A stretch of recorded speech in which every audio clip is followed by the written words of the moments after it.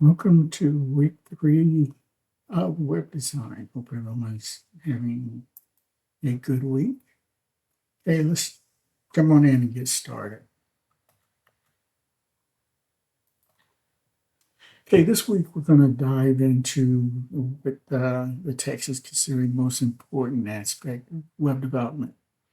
And that's where we're going to be working with data and transferring information, entering things in the forms, and actually getting what looks like a real application. We're basically doing things on static content, a little bit of dynamic content, but now we're going to do a deep dive into actually building what's going to be our application.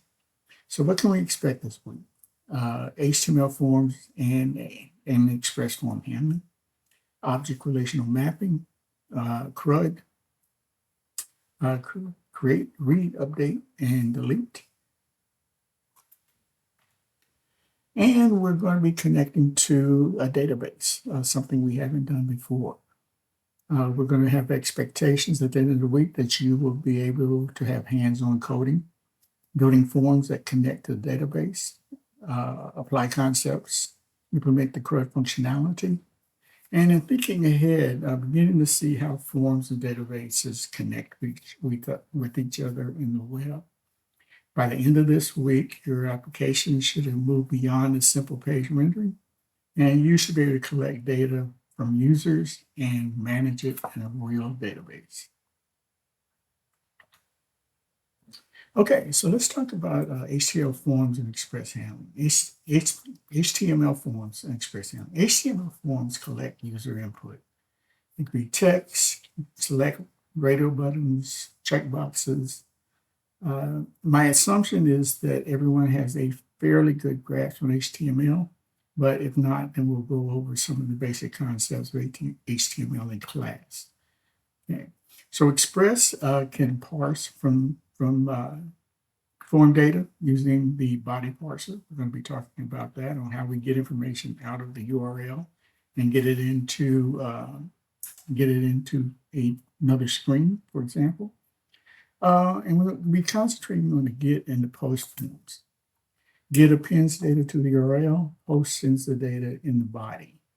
So here's just a little classic snippet, the AP post /submit. Again, /submit is our route. That's where we're going to visit to see what the request should do. And we're going to respond with the HTML. That's what the already queued up body. That's the HTML that was sent over in the post, okay? And we're going to send it back with additional information in it. HTML forms.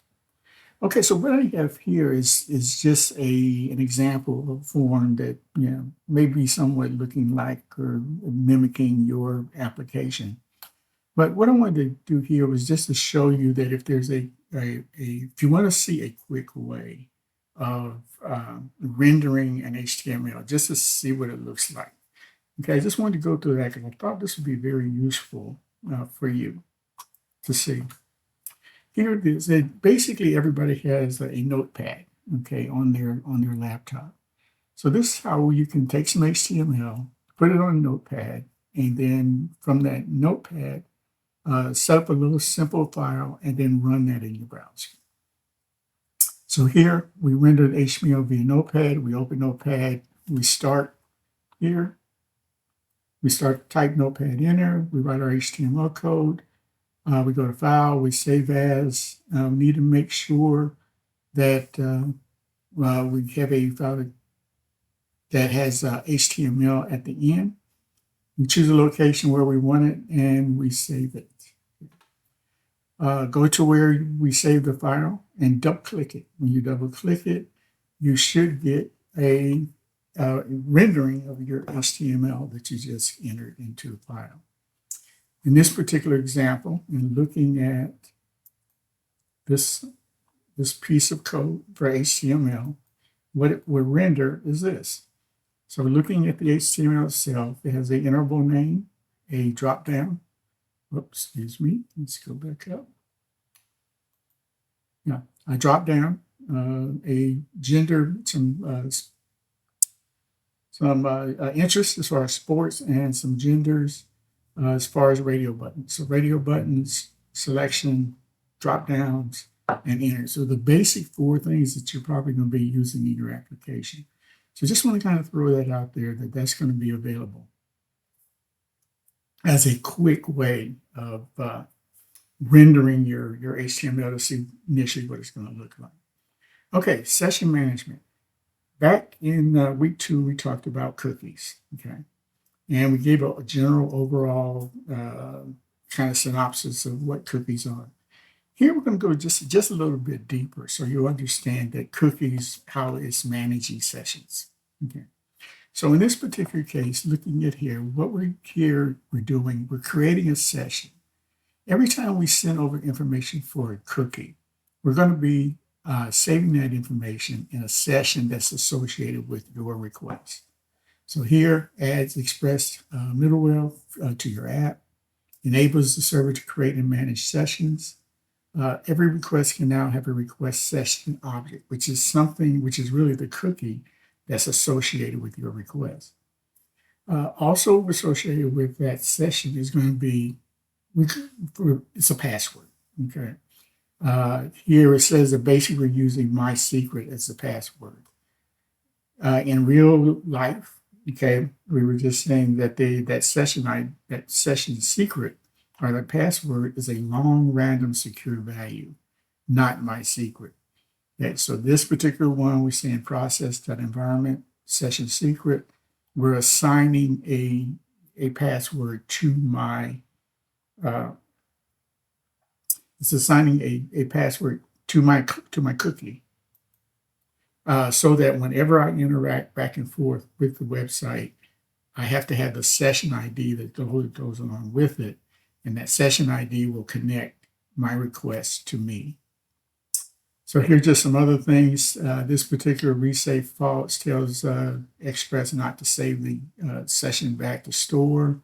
Save resources by avoiding unnecessary writes. Set to true, it forces the session to be saved every time, regardless of whether there's updates or not. Save initialize equal false controls whether a new but unmodified session needs to be saved. If false, the session won't be stored until something is added to it. Helps reduce overhead. If we don't need to store something, why not? Okay, the body parser.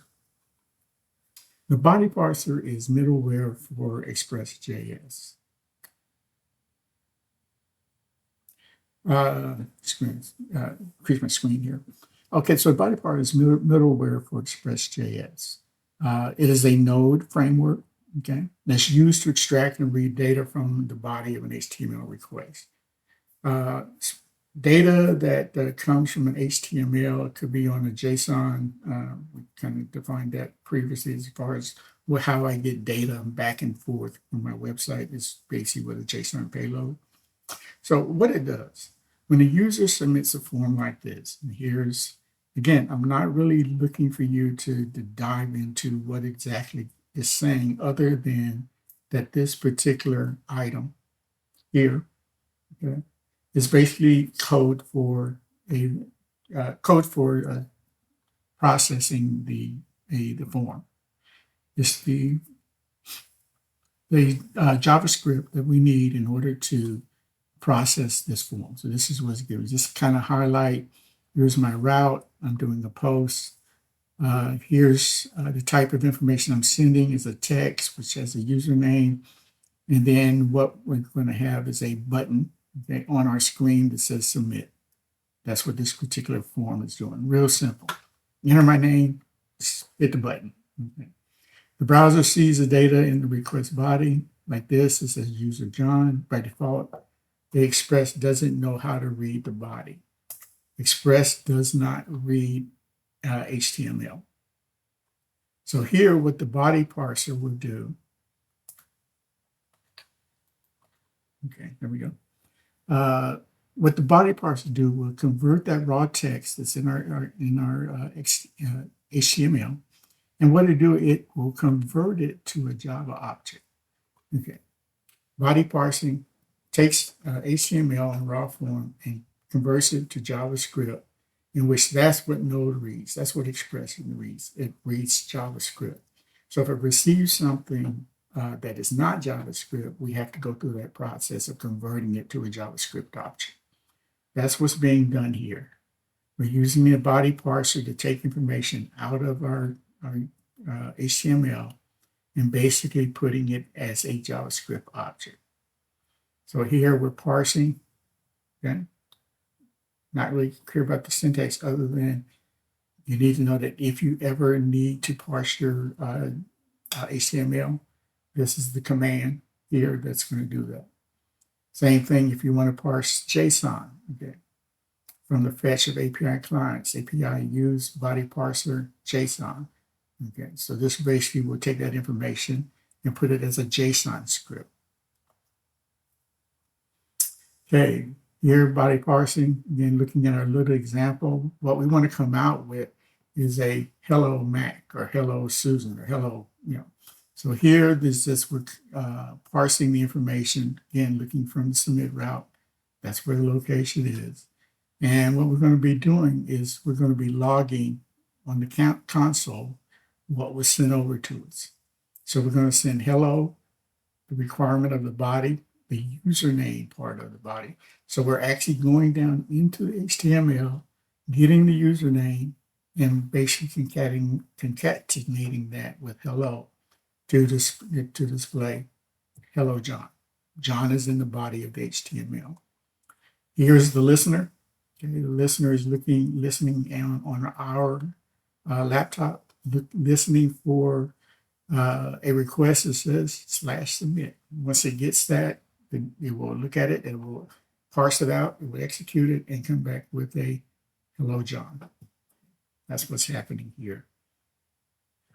Just some notes in Express 4.16, not quite sure what version everyone has, but the body parser is built in, okay, and can skip installing separately. Okay, so that's basically what we're saying here. In summary, the body parser is a translator. Again, it takes raw HTML and converts it into JavaScript objects. Once it's converted to JavaScript objects, then Node and Express can execute that information once it changes it to a JavaScript object. Next is object relational mapping. Okay, ORM stands for object relational mapping, and the O stands for object. Okay, it refers to the object in your programming language, like classes or instances, Java, Python, the various objects that you want to basically use. The relation is the SQL. SQL deals with relational databases. So we're looking at the possibilities. Some may be using PostgreSQL, MySQL, or SQLite.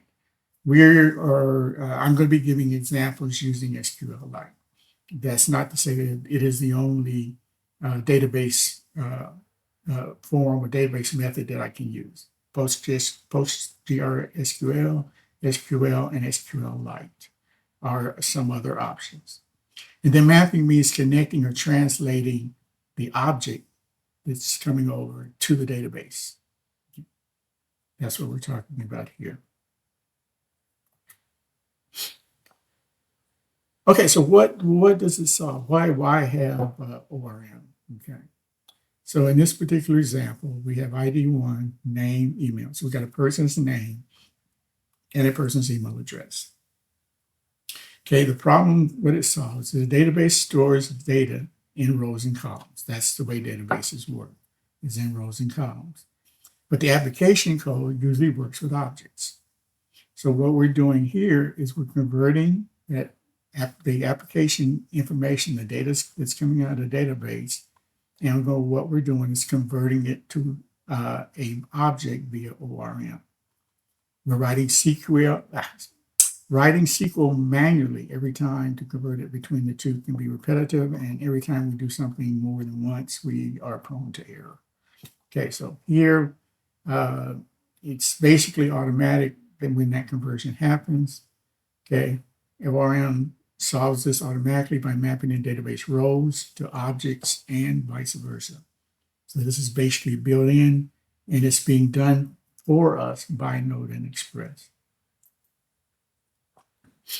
How the mapping works. Here we see a table. From the database tables, we have the users. We have a user class. So this is a table, we're calling the table users. In there, we have a row, which has an ID associated with it. Here, that row represents one instance, okay, of that object. So a row corresponds to an instance. Column, the ID and name corresponds to an object with properties of ID and name. So we're basically converting this automatically to become a JSON object so that it can be used by Node and Express. So how it works conceptually, okay? So here's the select. We're going to do a select all columns from users where the ID is equal to 1. That being converted to an object, once we do that, we can write that here I'm defining the user and I'm waiting for the system to find by primary key 1. Okay. So this is the JavaScript object that's created from this select. Okay, console, then we're going to output the username, okay, that we find from the database tree. In this case, the example is Alice Chen. Okay, that's stored in the database. Here, we're doing a lookup of that particular person and displaying it on the screen.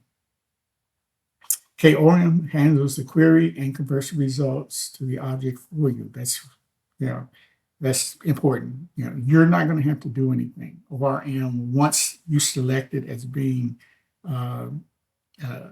needing to be one of the principal items that we want to connect to the JavaScript, then that's basically covered for you automatically when you render.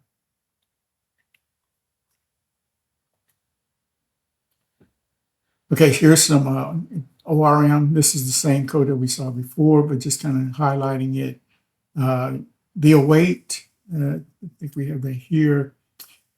This particular step is asynchronous. Okay, and being that it's asynchronous, what this is basically saying is JavaScript will wait until the actual read takes place. Once I find it, okay, then I'll come back and do the assignment. But the await says I'm in an asynchronous position. And so what I have to do is wait for the results to come back before I can do anything. And that's what the await does for us. A special form of ORM is the sequelize. I believe I do. Yeah, there's going to be a section on sequelizing in some of the subsequent slides. Here, we're having a model ORM, object relation mapper. Using sequelize, it's going to let you extract database using JavaScript instead of writing raw code. Yeah. So the user model represents a table in your database, and this particular one is going to be a user table. So here, find by primary key, that's what this terminology means. Find by primary key is a SQL method that retrieves one record by its primary key value, usually the ID column. One is the primary key. User.findBK reads it. Find user with primary key equal 1. Okay. This is basically the simple basics of how we're executing and using sequelize. It's equivalent to the SQL of select all columns from users where the ID is 1 and only give me 1. Okay, await again says since we're asynchronous, we got to wait. User stores results once the query resolves. If a user with the ID equal 1 exists, okay, the user will be a user object that has all of the properties of the original SQL. If no user is found, then the user will be null. There'll be nothing in the user field that's being displayed. Just a little bit more information on sequelize. It is inborn and connected to Node and Express. So SQLize is the ORM for Node Express, Node.js. It lets you extract database information from SQL, ProSQL, SQL, MySQL, SQLite, MariaDB, and probably many, many more. The ones we're going to be looking at is SQLite, which using SQLite because it's simple, okay, it's easy to use, and basically it's used when you're building such things as prototypes. Okay, so a prototype is what we're basically be building our applications as. We'll be putting everything up into the database and up into the website, but we're not really going to put that effort to have a database that is very robust for the assignments we're going to be doing. Okay, so mainly SQLize lets you treat databases, tables like JavaScript objects. You can read, create, read, update, and delete. Okay, CRUD data using looks like natural JavaScript rather than SQL. Okay, so here I'm not going to go through each one of these, but these are the JavaScript that basically is accessing data. So I want you to go through this. We're connecting to a database, we're defining a model, we're syncing the model with the database, we're inserting information into the database, and then we're reading that information. As before, if you want to do a deep dive, it says, tell me exactly line by line, okay, what this is doing. Take that code, throw it in ChatGPT, and it will line by line, okay, give you what each one of the lines means. Okay, I would recommend you do that just so that you have a good idea of knowing, okay, of what's happening. But here we're basically creating a login, which is a name, username, and password. And so we're going to take that information, we're going to define it. All the information is stored on this database here. Okay, so we're defining a model for the table database. Here we're taking the sync, we're connecting our model that's in JavaScript, and we're connecting to the database entry. Here we're actually inserting data, okay, into the database. And then here we're taking the information and reading it, and we're displaying that information on the screen. Okay, CRUD. CRUD, create, read, update, and delete.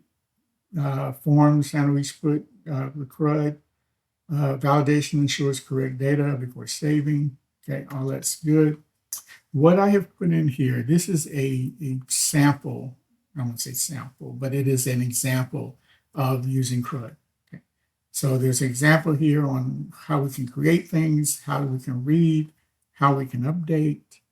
And so what I wanted you to have this as a guide.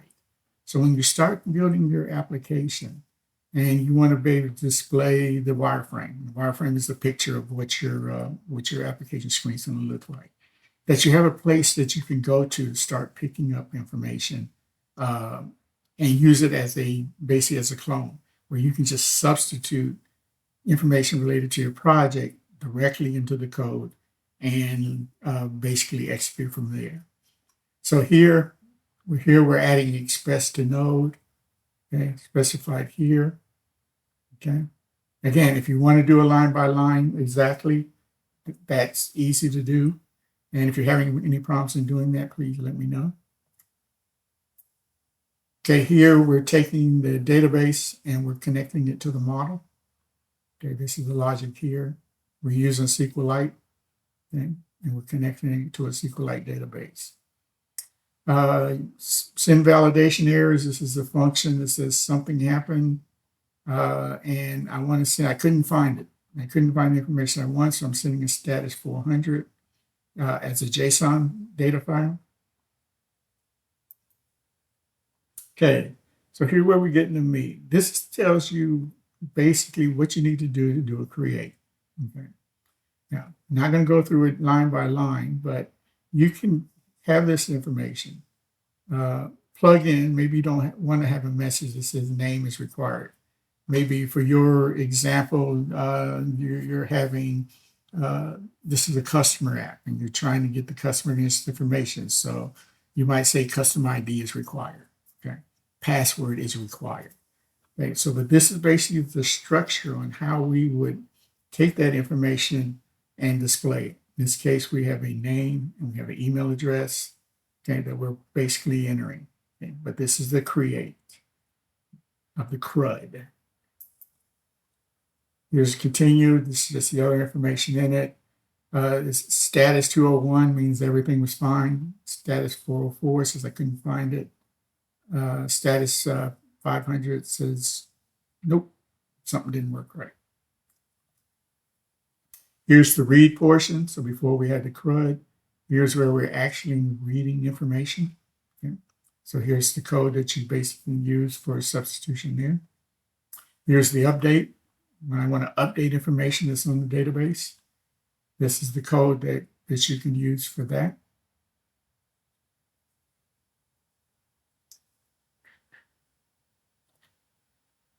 Here's the delete code. Again, 404, my mistake, I think I said 500. 404 is the not found. Okay. Yeah. No, excuse me. 404 is the not found. 500 is the error. Okay, and we have a status of 204. So here's the logic for the delete here, okay, that you can use for substitution. Here's where we start the server and sync with the database. This is code we need for that. So here, HTML forms for each CRUD operation. So this is the actual view. This is the picture of what you're using for this particular application. So this is creating a post user. This is the HTML for this particular application. Yeah. The name, the email address, the age, and then a submit button. That's what's going to be on your screen. Again, if you want to just see what this renders as, take this, put it in a notepad, save it in a file, go find the file, double click on it, and we'll show you basically here what that HTML will be rendering. Same thing for the update. Here's the HTML associated with the update, the HTML associated with the delete here, and the HTML associated with the read. That's just needed here. Take this information, start playing with it. You know what your application is. We're going to take that and we're going to start building the actual application for your particular project. Client-side validation. This is just additional information, add immediate feedback in the browser, still keep the server validation as a source of truth. Then don't think we're going to need this, okay, but I think if it comes up where client-side validation is needed, this is the kind of information that, for example, what this is doing is basically putting the dashes in the telephone number if they didn't enter the dashes in the telephone number. This is a way of you can edit that type of information. Okay, connecting to PostgRL, PostgreSQL or SQLite, the PostgreSQL, enterprise grade, scalable. Here where I was talking about SQLite, lightweight, file-based for prototyping. Okay, that's what we're going to be using. Sequelize, we talked about what Sequelize does. So here we're adding Sequelize, the ORM, to our JavaScript. And we're creating a new connection with SQLite in memory. Connection requires database credentials and sync to initialized database. You'll be resolving this whenever you actually build your physical database, okay, that you're going to be using to have your information contained in. So in connecting with SQLite, okay, we say it was simple but complete. Connect to the database, find a model, your table, sync the table with the model, and then perform whatever CRUD operations you want against that particular database. Here is the other additional steps. Okay, so make sure you have Sequelize and SQLite 3 installed. Okay, create a basic project file, app app.js. I wanted to kind of highlight this, that in the text, it basically says that there's nothing sacred about app.js. Okay.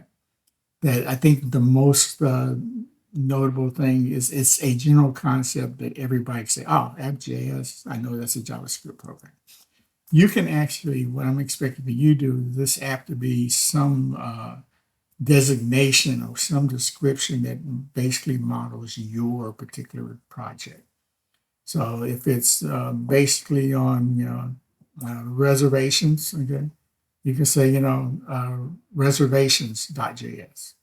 So make this name more meaningful as when you start building your tables and start building your files, especially in Visual Studio, that the name that you put for your project, the name that you put for your project kind of aligns with your actual project that you're going to be building.